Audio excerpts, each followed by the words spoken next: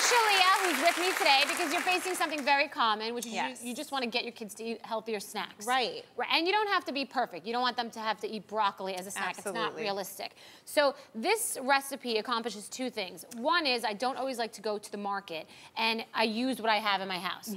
So the first thing is I wanted to make Rice Krispie treats with my daughter. And I realized, you go and you realize you don't have the whole box. You don't have a full box. So what are you going to do? And I only had 2/3 of a bag of marshmallows. And I often experiment at home using what I have to see how it comes out. And then you make a new recipe. I call it a happy accident. Okay. I like that. So what I happened to have was the multigrain Cheerios. I had Rice Krispie treats, but you can use brown Rice Krispie treats, or you can use puffed rice. And these puffin cereal, it's like a healthier cereal. I love puffins. So whatever kind of good cereal you have, if you're trying to get your kids to eat healthier cereals, use what you have. So substitute the exact amount and mix it together with the Rice Krispies. Okay, so that's the mixture of the cereals. So I'm gonna pour this in here. Right? Now the marshmallows, yes, they do sell all natural marshmallows. You can do that. You can buy these at the health food store.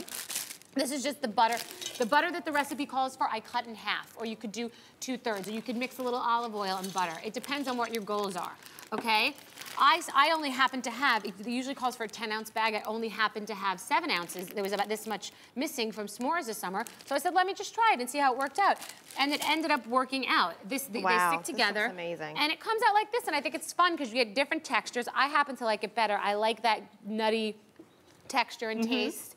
And then, and it's fun to do it with your children. They'll want to cook. And then I use, you put this in the refrigerator. You all know how to make Rice Krispie treats, I imagine.